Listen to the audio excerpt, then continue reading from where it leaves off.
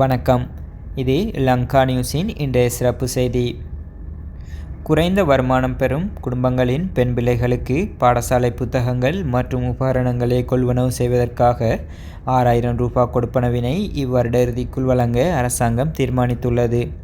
இதன்படி நன்மைகளை பெறுவதற்கு தகுதியான பிள்ளைகளை தெரிவு செய்து வேலை திட்டத்தை வெற்றிகரமாக நடைமுறைப்படுத்துவதற்கான முயற்சிகளை கல்வி அமைச்சு முன்னெடுத்துச் செல்லும் என நிதி மற்றும் திட்டமிடல் பிரதி அமைச்சர் ஹர்சன சூரியபெரும தெரிவித்துள்ளார். ஜனாதிபதி மாவத்தை பழைய கட்டிடத்தில் அமைந்துள்ள ஜனாதிபதி ஊடக மையத்தில் நேற்று பிற்பகல் இடம்பெற்ற விசேட ஊடகவியலாளர் மாநாட்டில் கலந்து கொண்ட போதே பிரதி அமைச்சர் மேற்கண்டவாறு குறிப்பிட்டுள்ளார். இதன்போது மேலும் கருத்து தெரிவித்த அமைச்சர், நமது நாட்டின் எதிர்காலத்தை பிரகாசிக்கும் முக்கிய குழுவாக தற்போதைய தலைமுறையினர் அடையாளம் காணப்பட்டுள்ளனர். அந்த குழந்தைகளின் எதிர்கால நல்ல கனவுகள் மலர ஒரு தளத்தை ஏற்படுத்தி கொடுத்து கல்வி வசதிகளை அதிகரிப்பதில் அதிக கவனம் செலுத்தியுள்ளோம்.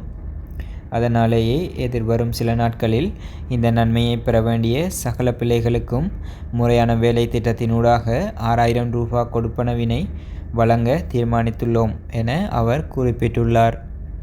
இதுபோன்ற செய்திகளை நீங்கள் அறிய வேண்டுமானால் எமது லங்கா நியூஸ் சேனலினை சப்ஸ்கிரைப் செய்யுமாறு கேட்டுக்கொள்கிறோம்.